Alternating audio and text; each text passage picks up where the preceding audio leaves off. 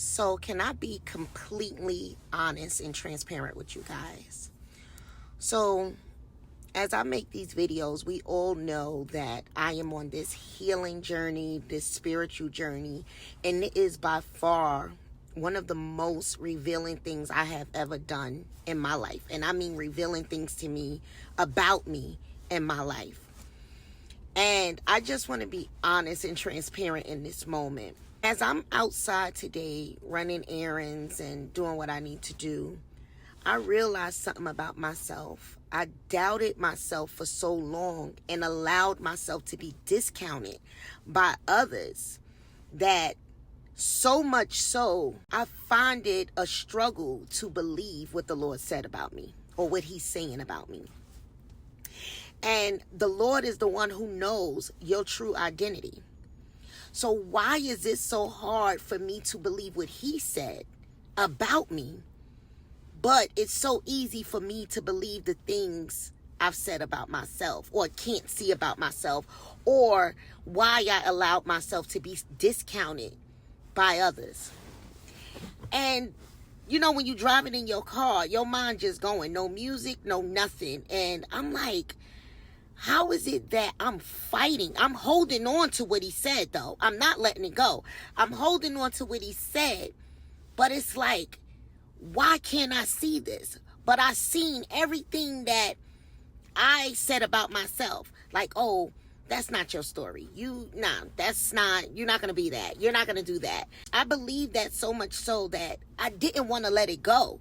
But I had to pry it out of my own hands so that I could remain focused on what the Lord said about me and believe what he said about me, because he is a God who will never lie. So now I'm like, dag, why is it so hard for me to see myself through the lens of the Lord? And it's like we allow ourselves to become brainwashed by the things of this world. But when you start living your life according to the will of God, it's such a struggle and such a fight. Now, I'm going to always be honest. This is my truth. Can't nobody tell it better than me. I struggle sometimes to see what the Lord sees in me, but I can't help the fact of what he told me. So I have to hold on to that. And I'm not going to lie. It's taken me some time to see what he said to me. And it's not like I heard it through somebody or heard it through the grapevine. I heard it from the Lord, what he said I am and who he said I am and where he said I would be. I heard it from him. So why am I wrestling with myself, right? Because I'm getting it from the Lord. I didn't hear it from nobody else. I heard it from the Lord. But I've been so brainwashed by this world that I chose to accept the things that I identified by for so long. And not saying that I was a bad person, but when the Lord shows you who he believed for you to be, you knew you was living a life of a lie, because it does not add up to who I thought I was. Now that I see who the Lord says I am and what I will be and what he want me to do, and I'm like, wait a minute, I'm wrestling, but I'm holding it. I'm not letting that truth go. And you heard what I call it, that truth. I'm not letting that truth go, because the life I was living before I surrendered to the Lord was the lie. Now I'm fighting to release myself from this lie that I allowed myself to be a part of for so many years. I did the math, 28 years. I'm 42. So 28 years I lived my life according to the way I wanted to. That's when I thought I was outside. That's when I thought I was, doing what I wanted to do. I thought I was grown. Y'all know how that goes. Stop acting like that. Stop acting like y'all don't know what I'm talking about. Y'all know. And then that's when I started to pick up the habits of the world. And y'all all know, once we start picking up these habits of the world, it's kind of hard to get out of them, because it's so much fun. We think it's fun, right? We think we having a ball until you have a change of heart. And then it's like, whoa, I was living a life of destruction. Like I was destroying myself. Then, let alone attaching yourself to people who discount your worth. So you're just living a life of a lie. Like it's not your truth. And hold on, let me take that back, because I said I was 42. I'll be 42. Let me clear that up. Okay? Let me clear that up.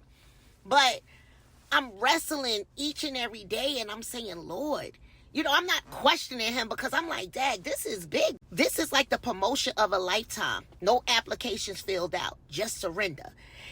And once I surrendered, it's like, you said I'm going to do what? You said you need me to do what? You said this position consists of what? You said I got to go where? I'm like, whoa. You start being like, hold on now. Wait a minute. I don't know if I qualify for that. But that's the best thing about this life. You do not have to qualify.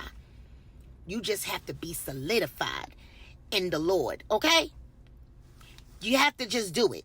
But also you have to be able to let go of the lie, so that you can step into who he said you are, where he said he needs you to go, what he said he needs you to do.